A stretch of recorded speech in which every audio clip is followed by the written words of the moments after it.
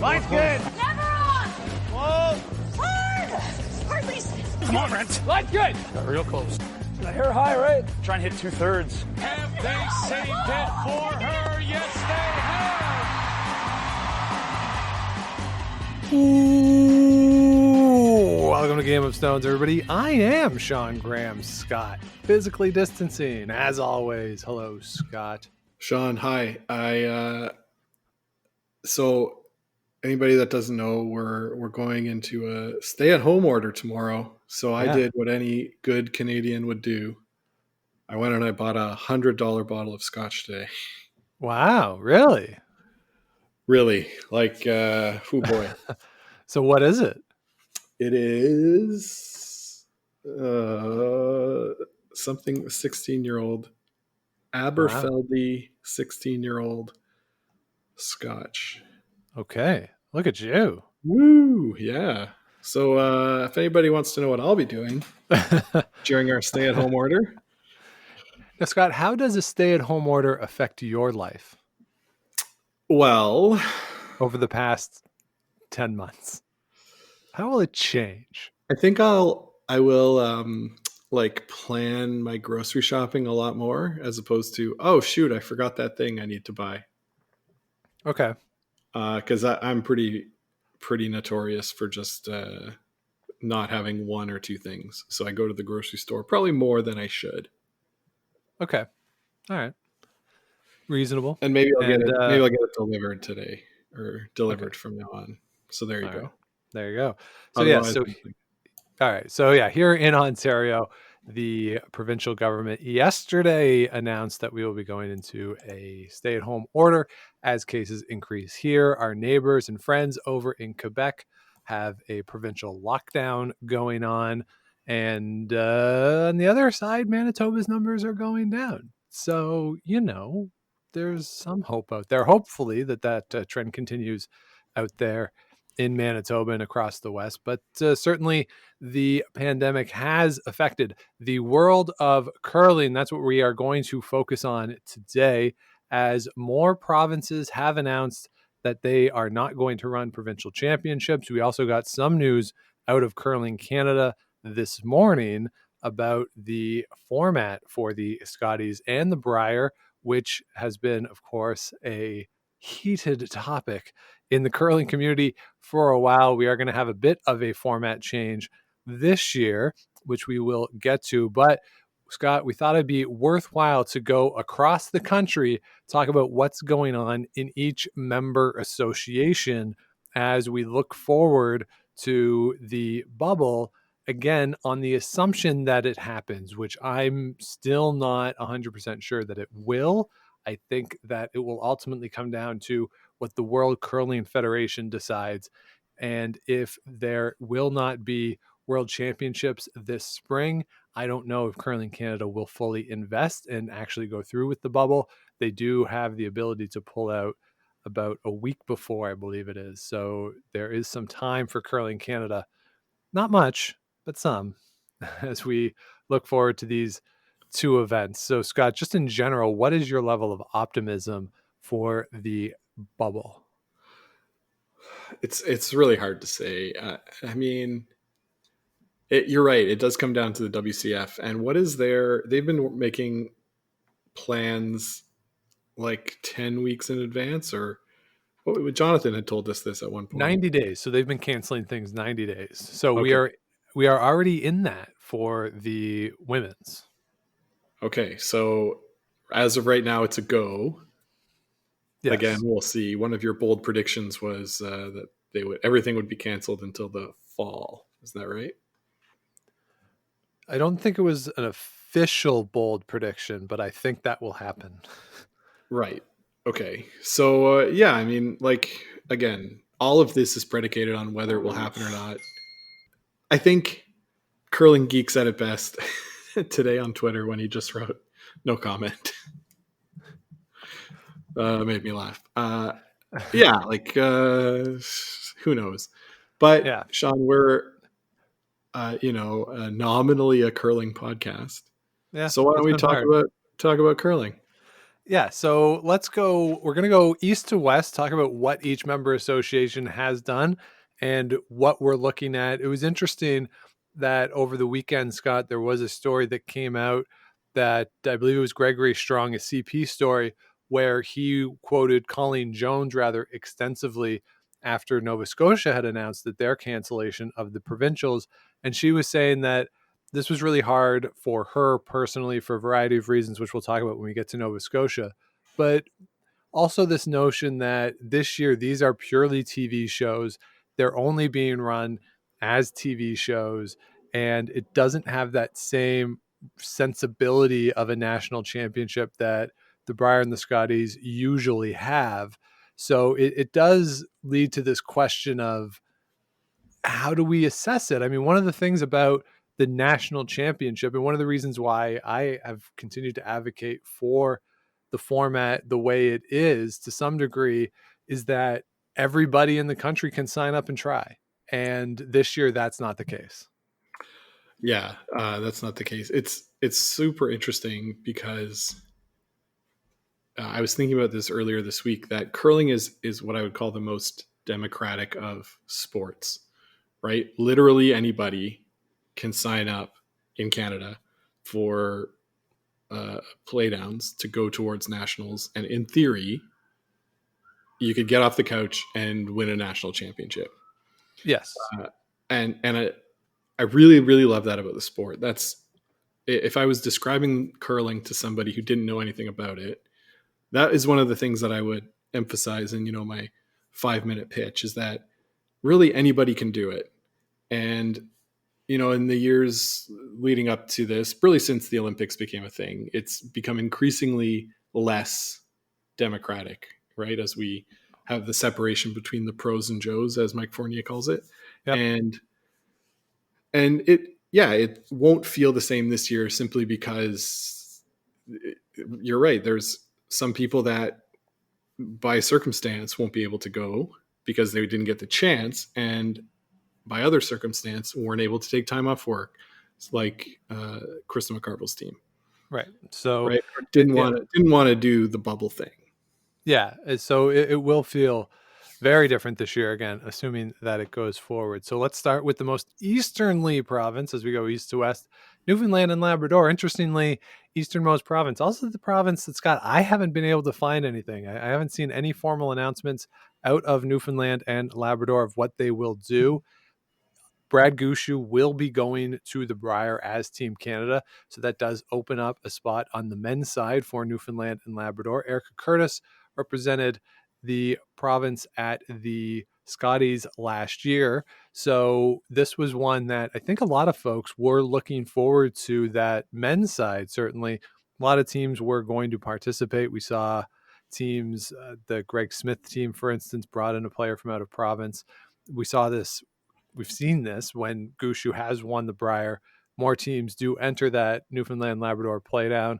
So we're not sure as of the recording of this episode what will happen out in Newfoundland and Labrador, but we do know that Newfoundland and Labrador will have Brad Gushu there at the very least.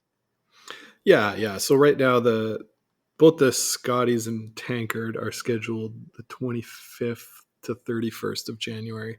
So that's at the end of the month. From what I've heard, the COVID situation in Newfoundland is very good right now, pretty steady. Like they've been away in that part of that Atlantic bubble, and for the last couple of months been sort of alone in their own sort of isolation. So doing pretty well out there, and I do expect those events to run at the end of the month. Yeah, so we'll have representatives from the Rock there at the end of the month. So let's move over to the other island province, Prince Edward Island. Scott, they're running forward with their provincial championships currently scheduled for January 27th through the 31st. Don't think it'll take that long, though, as only 2 teams signed up on both the men's and the women's side. So it's a 1v1.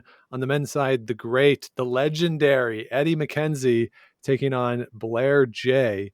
And on the women's side, Suzanne Burt will play Darlene London in the matchups there to represent Prince Edward Island. All right. And is that going to be a 2 of 3?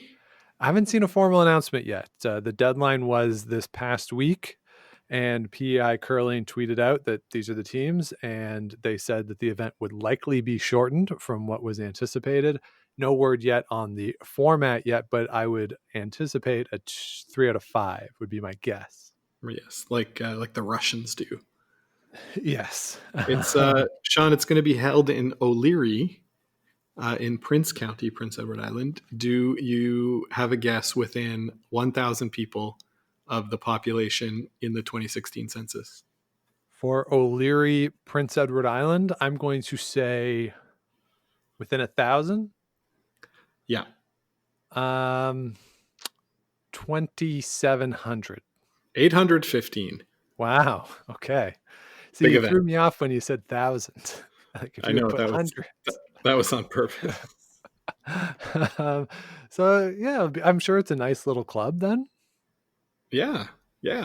Looking forward to that. Hopefully we'll be able to follow some results.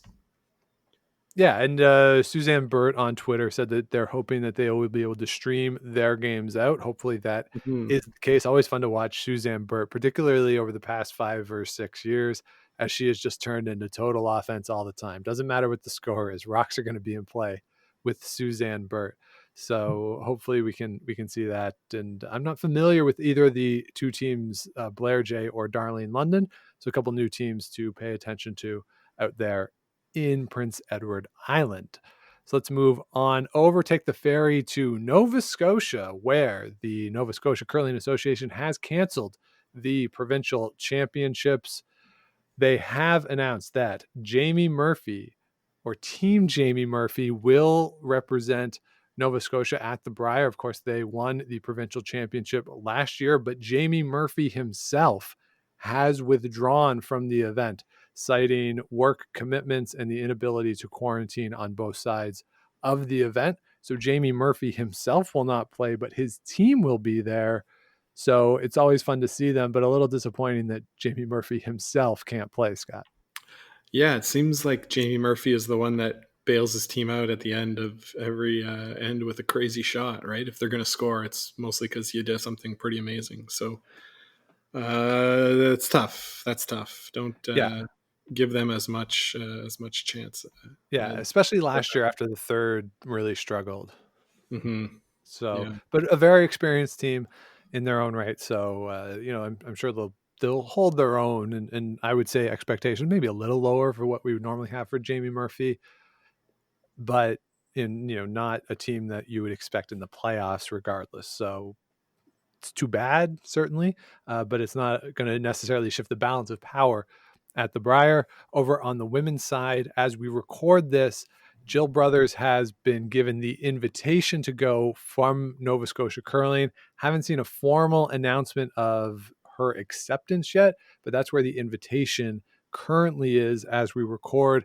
This, I think, Scott, brings up a little bit of a question of how Nova Scotia came to this decision, because if you remember last year in the Nova Scotia women's final, wasn't necessarily a great game, but it might have been the most fun game to pay attention to in the provincial playdowns, because all 4 members of the great Colleen Jones team from the early 2000s were involved in that final. Of course, Marianne Arsenault winning the game with her team of younger players, Christina Black now skipping that team.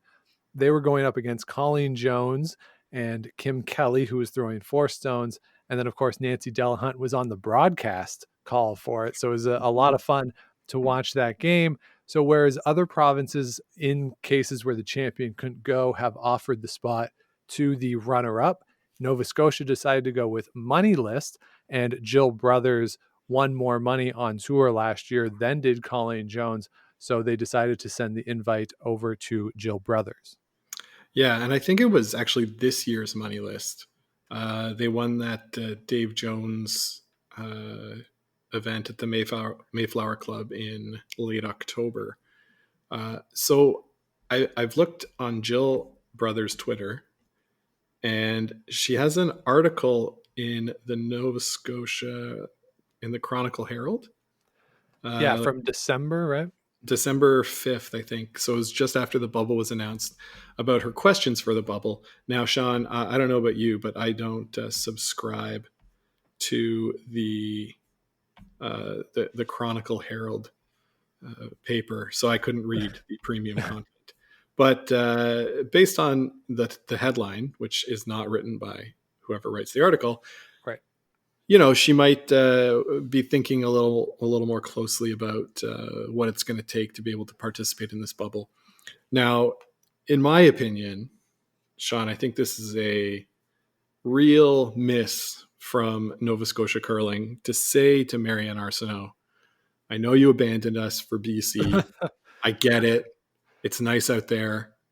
But why don't you get back with the ladies and just run it back for one more time? I mean, why not? Well, yeah, who says right. no? Maybe the new fourth player on Christina Black's team. But this is interesting to consider, right? Because Christina Black, it's actually only two members of the team who are still together. It's Christina and I believe Emma, who are still playing together. Marianne Arsenault out in BC, and the other member of the team isn't with them anymore. So Nova Scotia Curling cited the rule, which is the Curling Canada rule for Team Canada's to come back, that you have to have three members returning. That team doesn't. They offered up, Christina Black did, if the other member of the team could come back, not Marianne Arsenault, could come back as the third person, as a one-off reunion type thing. And Nova Scotia Curling, according to the reporting that I've seen, said no to that offer, that the team had to be playing together this season.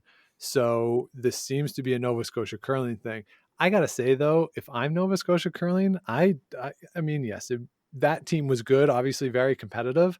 I say to Marianne Arsenault, Colleen Jones, Kim Kelly, y'all played against each other last year.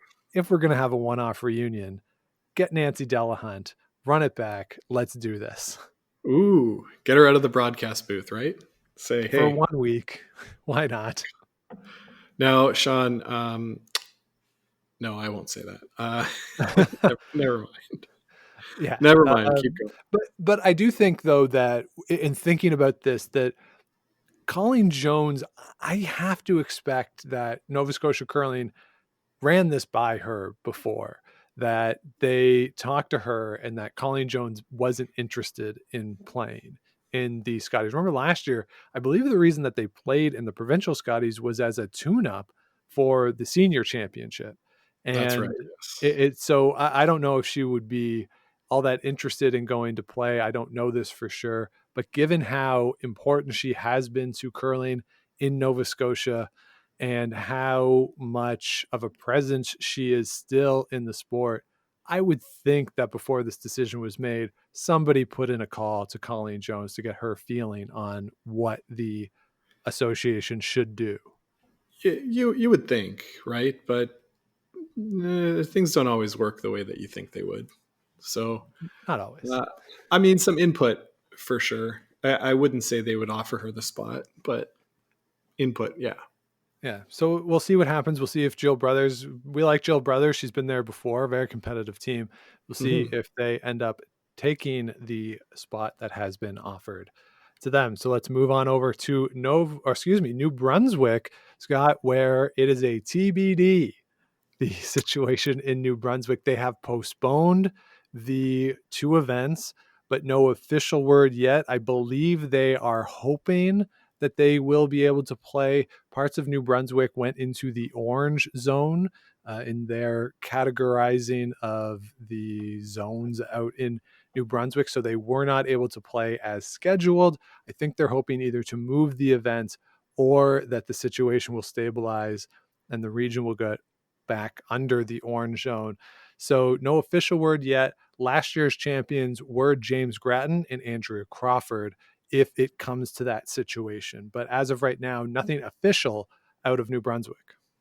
Yeah, Sean, did you listen to the two girls' interview with James Grattan? Yes, it was very, very good. Highly recommend. Yeah. So did he say, I haven't listened yet. Did he say anything about this year's event? He just basically talked about the uncertainty of it. So it was recorded before the end of the year and basically just saying that they were going out, they were practicing, and playing a little bit as much as they could in the Atlantic bubble. Things have been a little clearer. Our friend Nancy White, her club finished last week when she lives in Miramichi now. They played on last Tuesday night, and then the club shut down as Miramichi went to Orange. So clubs have been open, people have been playing, and he basically on the show just talked about how hopefully something can happen, but wasn't really counting any chickens, if you will. Yeah, the tankard was scheduled for Miramichi February 10 to 20 or 10 to 14. So, and with the Scotties scheduled for the end of January. They're usually a couple weeks ahead with Scotties Playdowns. So that one was scheduled in Moncton. So I figure both of those places have gone to Orange now. So yeah, we'll wait and see. Yeah, so a total wait and see out in New Brunswick. Let's move over to Quebec, which is currently scheduled to hold its provincial championships January 28th through the 31st. And as of right now, what I could find is that they are hopeful that the situation in Quebec becomes tenable for them to hold the provincial championships. Again, that's sort of a TBD situation. If it's not able to be held and they go with last year's champions, it will be Alec Bedard and Noémie Véro, who both teams we enjoyed. They weren't very successful in terms of winning games, but they were entertaining at both the Scotties and the Brier last year. But as of right now, Quebec is holding out in the hopes that they will be able to run a championship. Definitely fun to watch both those teams, right, Sean? And I mean, we live next door to Quebec. I know a lot of people that live in Quebec. Even if they're able to somehow, get together for a small event, nobody's been practicing. So it doesn't make any sense to me to hold any kind of provincial event. Apologies to Mike Fournier and his team. Apologies to Mark Homan, but just acclimate and send away. Now we don't know that they would necessarily send last year's champions. They could do what Nova Scotia did and look to a money list or a points list, given the records that the teams had last year, or if they wanted to. But certainly, based on everything coming out of the province right now, it's not looking great for the possibility of running a championship as we sit here in the middle of January.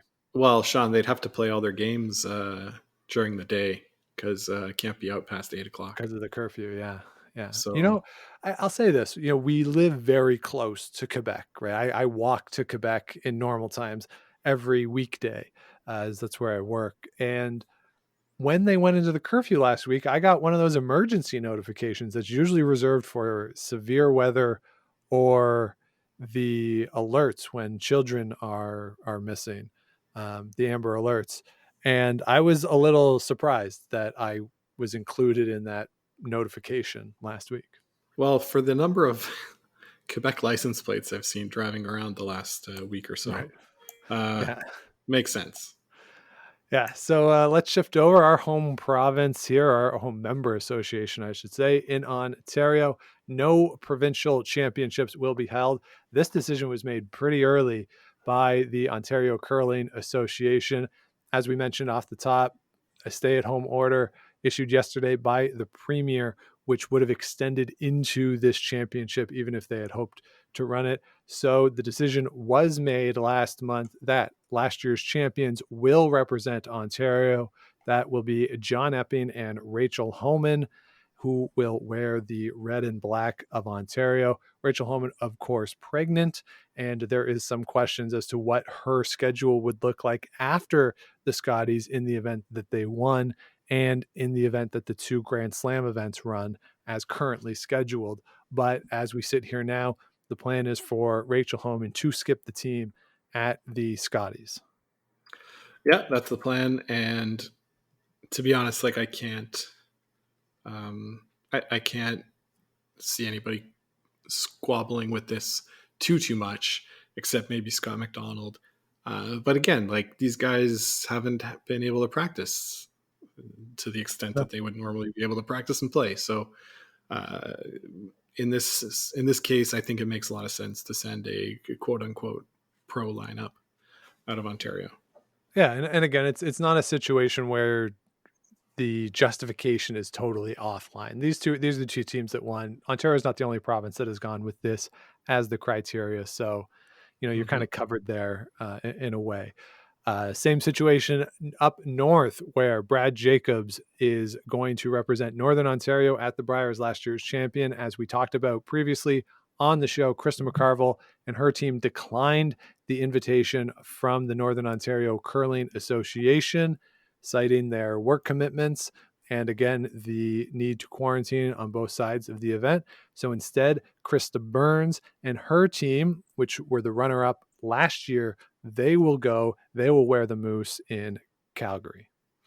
Yeah, obviously, Sean, disappointed to not be able to see Krista McCarville's rink compete. Bronze medalists last year, if I'm not mistaken. At the very least, playoff team, perennially a playoff team when they get there. It'll be a bit of an uphill battle for Krista Burns, but it will be a good way to gain some experience.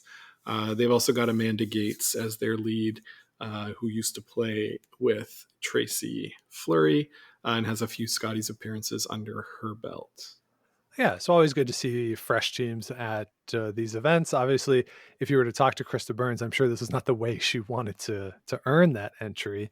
You always want to win that, get that Purple Heart by winning your provincial championship, but certainly it'll be a fun experience for them to play in the Scotties. Absolutely. All right, let's shift west over to Manitoba. Again, this decision was made in the at the end of 2020. Manitoba will not hold their provincial championships. They are going to send on the men's side, the defending champion, Jason Gunlickson. On the women's side, they are going to send the runner-up, which is Jennifer Jones. And of course, the reason they are sending Jennifer Jones is that last year's provincial champion, Carrie Anderson, won the Scotties, and she will be there as Team Canada. Yes, exactly. So Jennifer Jones, was there as the wild card team last year.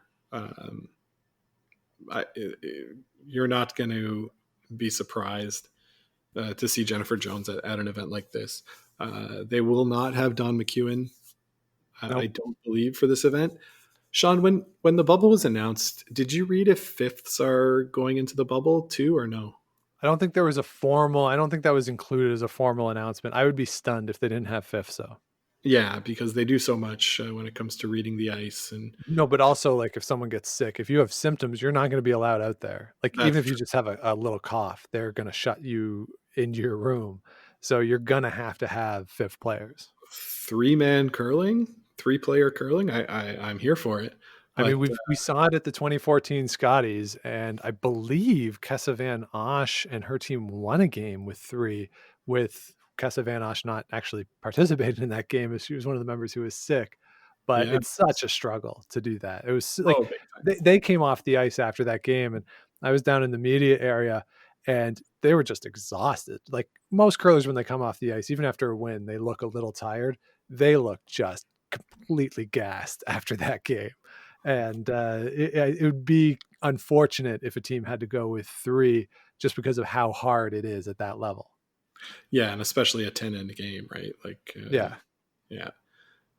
We've been playing some 3-person games in the club this year, and even then, when I swept, 5 rocks per end, I was like, "Oof! I need 2 masks." Switch them out halfway through, like, ugh. So yeah, it is really tough.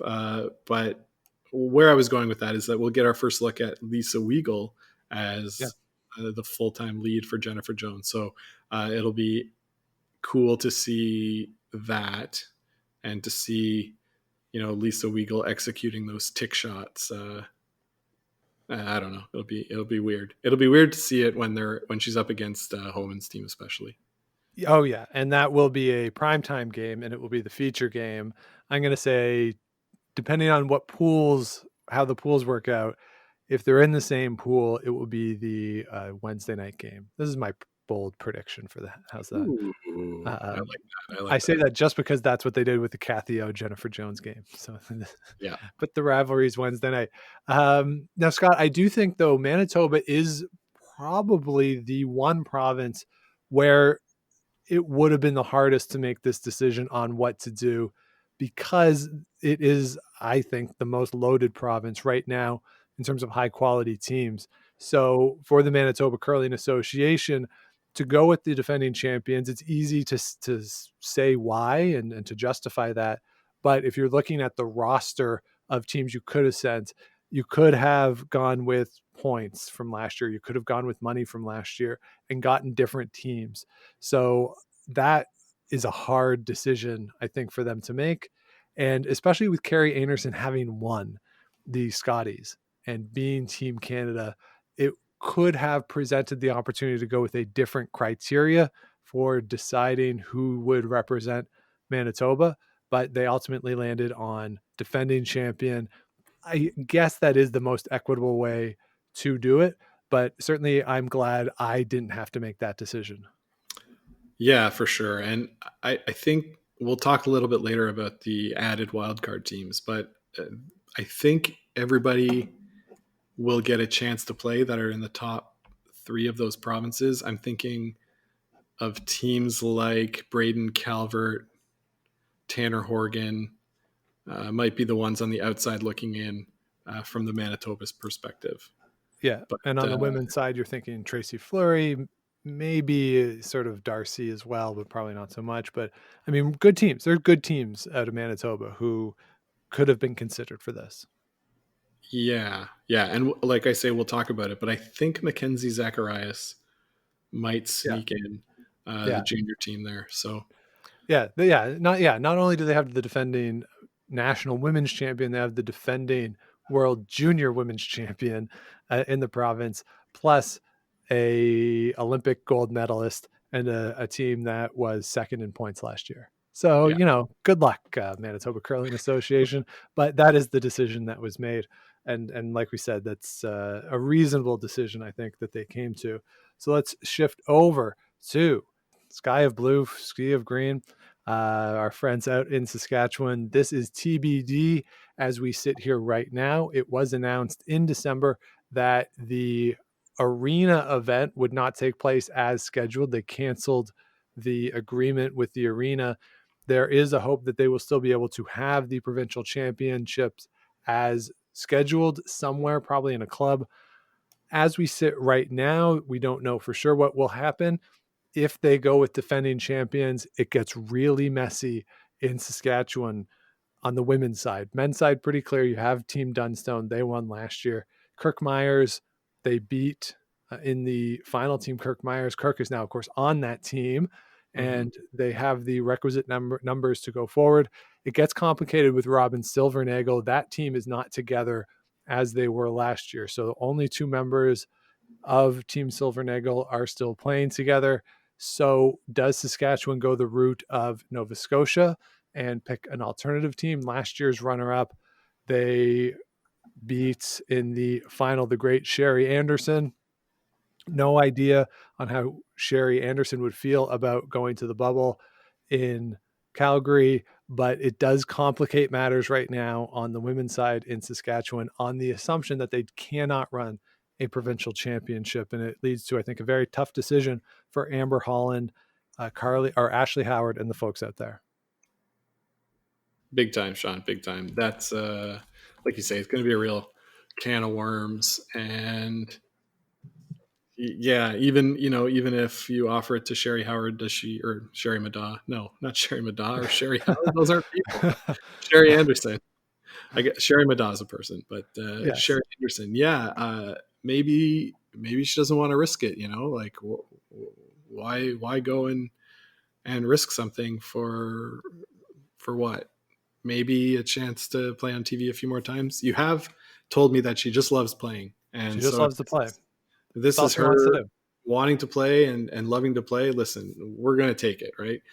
We want to see Sherry Anderson on our TVs. Always great. 100%. But you're right. It's yeah. Let's hope there's a way to at least have a playoff between the top two teams in Saskatchewan. But like you say, it's really hard to decide based on points because of the shuffles that we've seen. Yeah. So we'll see what ultimately comes out of Saskatchewan as we shift over to Alberta. The announcement was made this week that Alberta would not have a provincial championship in 2021. No word on who would represent the province at the national championships. And Scott, I believe that postponement or delaying of an announcement is tied 100% to the announcement this morning by Curling Canada of the additional wildcard teams. I'm calling this the Kevin Cooey rule, but it's a complicated situation in Alberta, more so I think on the men's side, where you have Brendan Bottcher as the defending champion out of Alberta.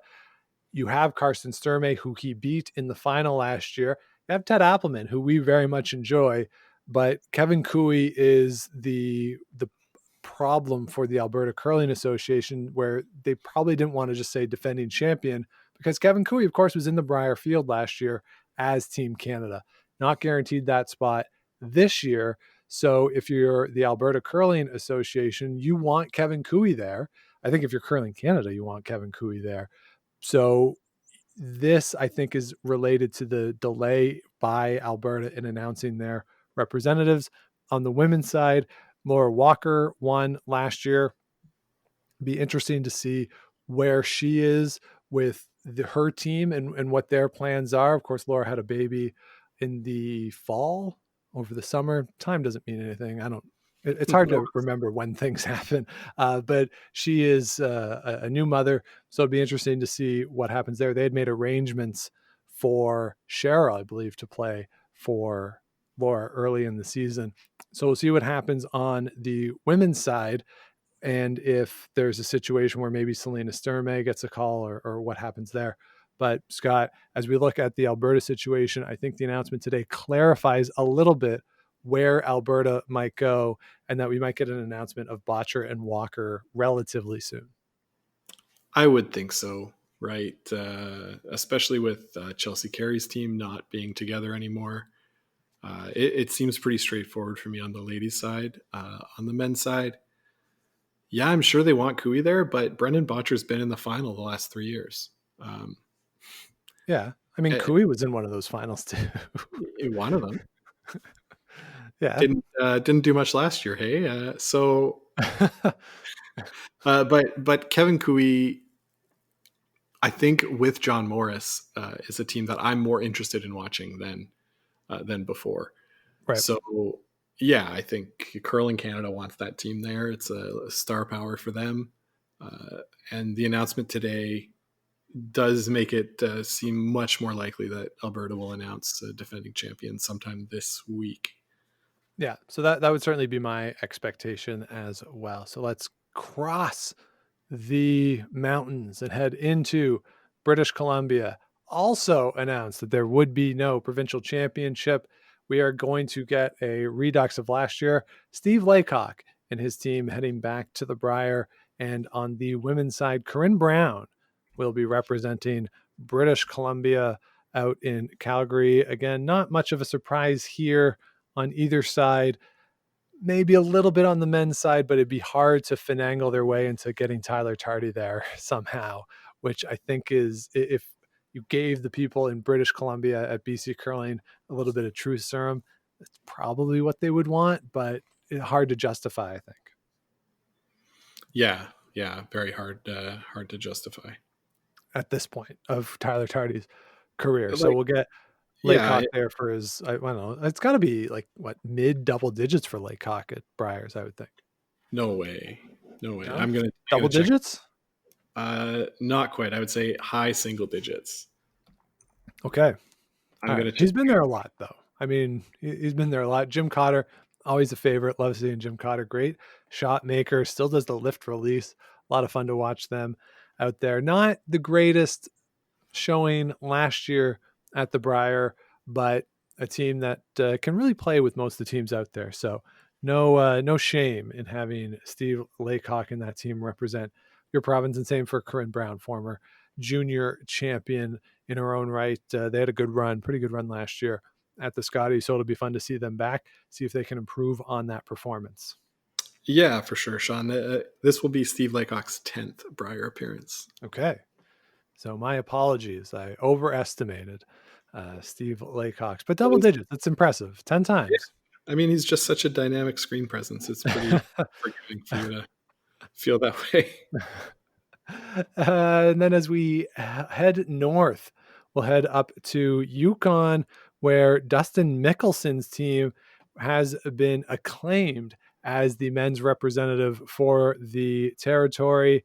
The women's championship will be held in Whitehorse this weekend from the 14th to the 17th. They can play up there. So we'll see who comes out of Yukon on the women's side.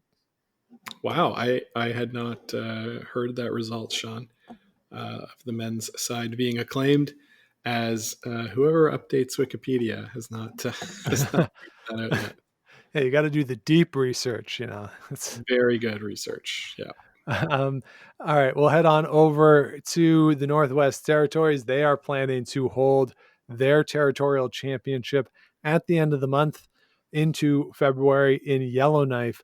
The news, though, coming out of the Northwest Territories is that Jamie Cooey has withdrawn from the event, citing a rule that the Northwest Territories Curling Association put in place, stating that yesterday, as we record this, which was the 12th, I believe, was the last day a team could withdraw from the event for whatever reason, including COVID, and not be subject to a 1-year ban on competing in territorial championships. So Jamie Cooey wrote a very eloquent letter to the association saying that given the risk associated with the event potentially not going forward, or if one of the members of the team becomes infected between now and the event and they had to withdraw, the possibility of not being able to play in territorial events next year was too great a risk for them. He also, it wasn't just on the 4-person men's game. He, of course, plays with his sister Carrie in the mixed events, a little bit of mixed doubles too, I believe. So they play in a lot of territorial championships, and the potential of having to pull out last minute of this event and the resulting ban, not worth it to them. This is a stunning rule to me for the Northwest Territories Curling Association this year. I get it in other years, especially in the North, where if teams have to travel, the cost associated with, you don't want last minute withdrawals. But this year, I would think is the time to have a little more leniency on that. So I don't begrudge certainly Jamie Cooey and his team at all for withdrawing. I'm just really stunned that this rule is in place and being enforced this season. Yeah, it's tough to see. Yeah, it's like you say, it's a tough rule, and I'm sure a lot of people are saying that's ridiculous. But as you say, travel from the north is not cheap. It's not like the Northwest Territory Curling Association has a lot of money, I wouldn't imagine, and that they don't want something arising. I'm sure if it was a positive COVID case that caused the team to withdraw, I'm sure that would be fine. But I think it's a voluntary withdrawal based on, the COVID situation is too crazy. I'm not happy with the bubble. We're just not going to play. And I think that's right.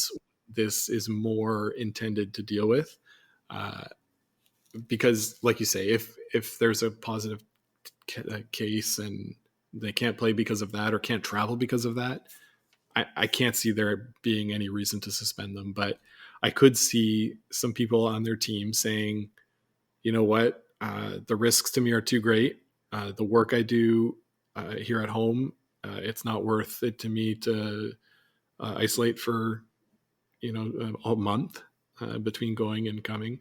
Yep. All these reasons. So it's tough to see because he has a pretty good young team. And we did see a couple times last year at the Brier, Jamie Cooey stepping down to play third and having somebody else step in to skip to give them some experience. So yeah, it is unfortunate we won't see them but there's still 2 other teams, I believe, that will compete Yes. should that championship be allowed to go ahead. Yeah, so we'll keep tabs on what happens up in Yellowknife at the end of the month, and we'll shift over to the last member association, Nunavut. We actually had a championship this weekend. Like in the crazy world, we actually had a territorial championship. Peter McKay beats Wade Kingdon 3-2 in a best of 5. This was exciting, Scott. Wade Kingdon and his team went up 2-0 in the series, and then Peter McKay comes roaring back, 3 straight wins for him to take the 3-2 victory. There were some great photos online. The crowd going absolutely wild. The crowd was teddy bears, by the way, and just going bonkos with this great comeback. But actually, we had a championship. So congratulations to Peter McKay and his team. They will be representing Nunavut at the Brier. On the women's side, Lori Eddy and her team, the champions of 2020, actually won 2 games at the Scotties last year. Should have won 3. Should have beat, I believe it was Chelsea Carey, who came back on them late in a game that Lori Eddy controlled the whole way. But a very solid showing last year for Nunavut at the Scotties. It was announced that they will represent the territory this year as well. Yeah, it'll be fun to see Lori back there. Of course, it's always fun to hear about it on the 2 Girls in a Game podcast after the fact. Pretty exciting stuff. And I got to meet Lori at the Brier last year. So really wishing our fellow podcaster all the best and to be safe there out there in the bubble. Yeah, 100%. And then, of course, we have Team Canada, which we've mentioned, Brad Gushu, Carrie Anderson. Both will be in the fields this year. And that leaves us, Scott, with 15 teams as we look at the wildcard teams. It was announced last month that there would not be a traditional wildcard game, as has been the case for the past few years. Last year, of course, Jennifer Jones beat Tracy Fleury in the women's wildcard game. Mike McEwen beat Glenn Howard in the men's wildcard game. Today, Curling Canada announced that there would actually be 3 wildcard teams this year.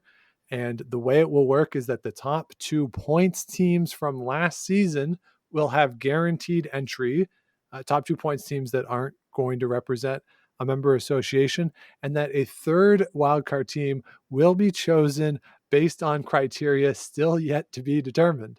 So it'll be fun to see what that criteria actually is. So if we look at the points list from last year on the women's side, as it sits right now, would be Tracy Fleury against Kelsey Rock. This is on the assumption that Chelsea Carey doesn't put together some sort of team, because if you look at the points last year, Tracy Fleury finished 2nd in points. Chelsea Carey was 5th. That team's not together anymore, though. Kelsey Rock was 6th. Everybody else who's on the points table, Carrie Anderson was 1st, Jennifer Jones 3rd, Rachel Homan 4th. They're all in the field. So as it sits right now, based on that announcement, barring any other major shifts, we are looking at Tracy Fleury and Kelsey Rock in the field. That's right. That's right. And then the third team, yep, whoever they decide to pick, it could be anybody, I guess.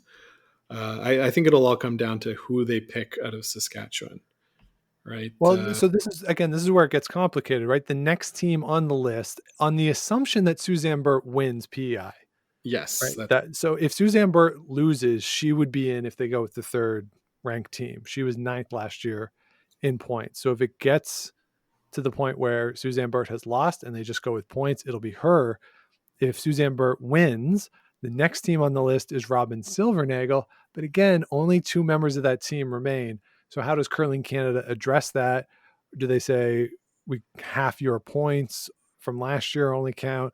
It'll be curious to see how they decide that, because the next team up would be Mackenzie Zacharias from Manitoba. That would be a fun team to have in there. After that, you get to Beth Peterson from Manitoba, Justin Murphy of Ontario, Sherry Anderson, Megan Balston, Teresa Cannon, those types of teams. So as it sits right now, the debate my guess is going to be between Robin Silvernagle and Mackenzie Zacharias. Any chance, Sean, that Curling Canada pulls a what's good for the game and picks Casey Scheidegger? Maybe they're local. They're local. That's it. They're pretty close. Anyway, that's a possibility. You know, it's not likely, I'd say, but a possibility. It really all just comes down to what ends up happening in Saskatchewan. Does an event actually take place, which would simplify things significantly for Curling Canada if there is actually an event, and if Robin Silvernagle were to win that, then Mackenzie Zacharias, even if you're not necessarily going with points, if you're looking at, you know, the future of the sports, or, you know, who's the up and coming team or the quote unquote next best team, you know, you look at the list for all of those things, Mackenzie Zacharias is a really good candidate to take that 18th spot. So I would put my money on her right now, depending on what happens in Saskatchewan. Yeah, exactly. That could all change with Saskatchewan, and it could all change, like you said, with Prince Edward Island. So we'll wait and see on that. On the men's side, Sean, Mike McEwen's team was the wildcard representative last year, and they would also be in position to be the first wildcard team this year. Yep. Then, as we mentioned, Kevin Cooey, assuming Brendan Botcher is acclaimed into the Alberta spot, Kevin Cooey would be next. And the last spot is sort of interesting, right? Because you said criteria yet to be determined. Based on points, it would be Glenn Howard's team. Yep. Who were ninth last year. And then who played a lot this year. So right. It makes sense. But this is where, like you mentioned when we talked about BC, they could maybe give the invite to Tyler Tardy. Yeah, so if we look at the list, Glenn Howard 9th, Tanner Horgan 10th, Scott McDonald 11th, Braden Calvert 12th, Kirk Myers 13th. That doesn't really factor in. Tyler Tardy 14. So if you're looking at these teams, that group of teams where this other team potentially could come from, I don't think you're going to go lower than Tyler Tardy on this list to Jeremy Hardy or Karsten Sturmey, both out of Alberta. So do you look at a situation and say, well, Glenn Howard on points would be there as the 9th ranked team, lost that wildcard game last year, or do you yield to a younger team and look at Tanner Horgan, Braden Calvert, or Tyler Tardy? I think that when you look at this, all three of them have had great success at the junior level and haven't had the same level of success at the men's level, but they're all pretty young in their early 20s. So if we look at some of the debates that have been going on about the format, one of them is to encourage younger teams and to have them in the field. Does Curling Canada think about that and want one of these teams in the field? I mean, we've seen Braden Calvert have some good success at the Grand Slams. He's made some playoffs. Tyler Tardy just didn't play juniors last year because frankly, he was too good for it almost. Not like sort of looking down on juniors, but his skill level, he was just that much better than everybody else. The challenge for him was to go to the men's game, and Tanner Horgan should have been in a Brier already. Should have beat Brad Jacobs a couple years ago. So these are three very, very good skips that if Curling Canada wants a young skip in there, it's going to be hard to choose between the three. Or do you just say, Glenn Howard, you've been here, 400 times. Here's time 401. He was there last year in that wild card game. Based on points, you do that. It'll be curious. But the fact that they left open the possibility of, we're going to make this decision based on a criteria, TBT criteria, makes me think that they might look towards one of these young teams. Yeah, my guess is they'll go with Glenn Howard, but I would love to see Tyler Tardy there, especially Tyler Tardy, because the rest of the rink is so good as well. Not to say anything bad about the other two out of Manitoba, but we've had enough Manitoba. Let's get some BC. We're gonna get letters now, man. Oh, who cares? Me, I'm the one who gets them. There's nothing else to do in Manitoba but curl. Like, let's Oh give. God, stop it! You're good. Jeez, Have you been to Manitoba, Sean? I've been to Winnipeg. Lovely. I've been twice. You know what I thought about it? What's that? It was so flat. It was really flat. What do you But mean flat? when, like, You mean like topographically? yeah, like nothing to see. Oh, there's plenty to see. There's nothing to block your view. Oh boy, let's stop before Brent Butt sues us for copyright And infringement. mountains over there, rising in purple majesty. But no, I've only been to Winnipeg. It's true. I was at the Forks. I thought it was delightful, a lovely place, and I've never had anything bad to say about Manitoba. And as we said, Scott, they are right now, as we did our power rankings earlier in the pandemic, they're number one right now in curling. I think at all three disciplines, Olympic disciplines of men's, women's, and mixed doubles, you're looking at Manitoba as the center of curling in the country. So it's hard for me to say, well, there's too much Manitoba in the field, because they're really good teams and frankly pretty entertaining teams as well. So it'll be interesting to see what that decision is. And I'm also curious to know if somebody declines a potential invite, if Curling Canada would announce that, if they go to some team, either men's or women's side, and say, hey, do you want this spot?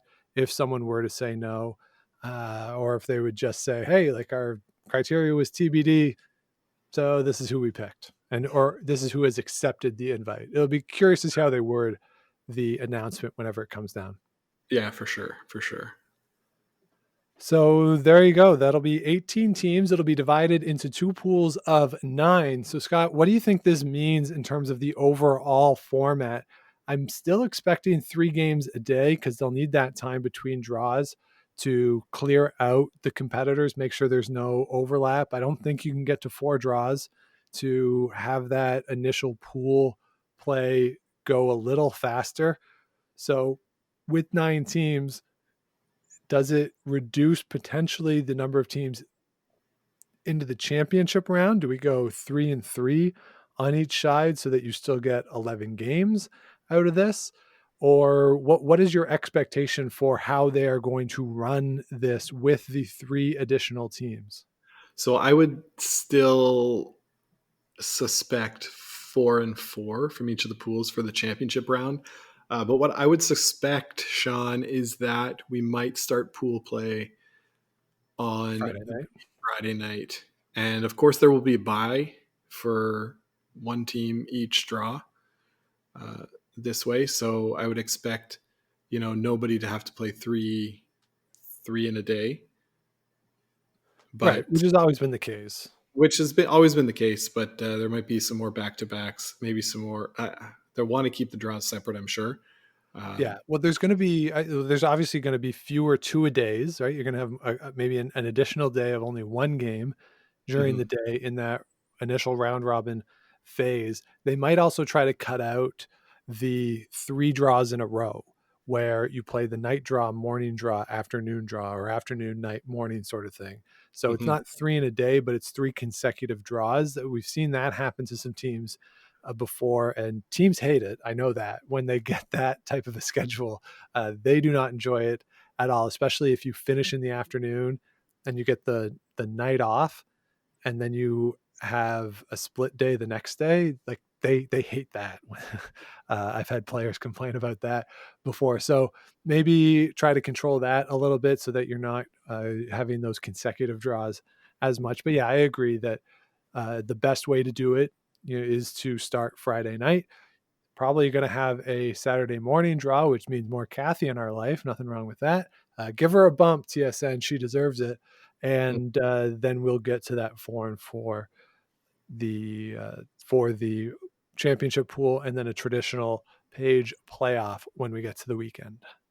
Yeah, I wouldn't want them or think they would invite extra teams just to cut the number of teams early. You know what I mean? Yeah. Like cut down to 6 teams, go from 18 to 6. It seems harsh. Right. And it would make the championship pool a little less interesting. So in that type of a format, you would have the afternoon, that Thursday afternoon would be the last round robin draw of the preliminary play. And then you'd have 3 championship pool games Thursday night, Friday afternoon, Friday night, because you'd only need to play 3 more games. But yeah, going from 18 to 6 and then from 6 to 4, that 6 to 4 isn't nearly as exciting, and it doesn't leave the opportunity for tiebreakers if we needed them after the preliminary round play, which we have seen in the past on that Thursday morning where they've had to have some tiebreakers. And I don't think there's a scenario in which Curling Canada would want to have a dead afternoon draw where you play that last round robin Thursday morning. And then if you need tiebreakers, it's Thursday afternoon. That I don't think is an appealing option. If they're going to have empty slots in the schedule, they want it to be mornings. They want those afternoon, evening draws, especially this year when it is a TV show more than anything else this year. So it's essential to have those. So yeah, I would expect, let's start Friday night. Probably have to add in a draw on Saturday morning as well to get it all in. But yeah, we'll do 18 to 8 to 4. Yeah, I think that's most likely. So Scott, as we've gone through the field now, I mean, I tweeted this out from the account a couple of weeks ago or whenever it was, that it's a bummer that all this is going on, obviously. I think to say it's a bummer is putting it pretty mildly, that if we have these events and the majority of the teams are coming back from last year, Colleen Jones in that story I talked about earlier with Gregory Strong did mention that it's like, it's leftovers. It's like, it's not the same. It's, going to the dinner table and it's like this, well, we're having what we had last Friday again. There's not the same level of excitement for it. And I totally understand that. And I can appreciate that perspective. The only little bit of pushback I would have on that is that last year's fields were great. They were really good. They were fun teams. Now, not everyone is going to be there. I mean, the Brian Cochran team was a lot of fun. They were the victims of one of the Dunstone shots in a morning draw, with those great comebacks that they had. So they won't be there, but they were a fun team. But overall, the fields were a lot of fun, and that even the teams that didn't move on into the championship pool were fun. They were compelling. It was fun to watch them and follow their stories through the week. So if we have an event or 2 events where the fields are similar to last year, it's not terrible. It's not a case where we're going to have sort of half an event, or it's not going to be exciting, because if past this prologue, we should be in line for an exciting couple of weeks in Calgary. Yeah, I think that, like you said, the teams and the fields were great. If we can figure out a way to pull this off, it will give me, and I'm sure most of our audience, some much needed entertainment. Today I just started watching the series Trust, which is about the Getty kidnapping in the 70s. So that's where I am, Sean. Okay. All right. I need some curling in my life. Yeah. I am halfway through the 2nd season of Frasier, if that's an indication of where I am. Oh, Frasier is so good. It's not rewatchable though, or it's not bingeable. It's rewatchable. It's not bingeable. Yeah, it's tough. It's a lot, but it is so funny. It's a very, very good show. No question about it. So yeah, a little curling in our lives will be fun. And certainly if Suzanne Burt and the folks out in PEI can figure out a way to stream, we'll be watching that. If Northwest Territories, if they can stream that, we'll be watching that as well. And we'll keep our eyes open for what ends up happening in New Brunswick, Saskatchewan, and Quebec. Not really optimistic about Quebec, but the other 2, who knows? And if there are events, we will certainly be watching in the event that they're streamed, and we will keep everybody posted on how things progress as we look forward to what could be a fun couple weeks of television in the event that the bubble does take place. So Scott, that'll do it for this week, unless you have a gem of wisdom that you'd like to share. Whoa. really putting me on the spot there, Sean. No, I don't have any gems of wisdom other than, be smart, be safe, don't do stupid things, wear your mask, don't be a COVID hero and stay home. Well said, Scott. So thanks everybody for listening. We will be back with you again next week. But until then, please do subscribe to the show wherever it is you get your podcast. Do the likes, ratings, comments, all that kind of stuff.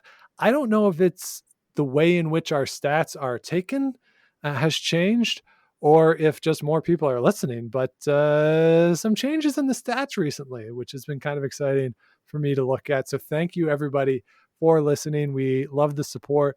We are amazed and just in awe that people listen and enjoy the show. So we definitely appreciate your support, and thank you very much for listening.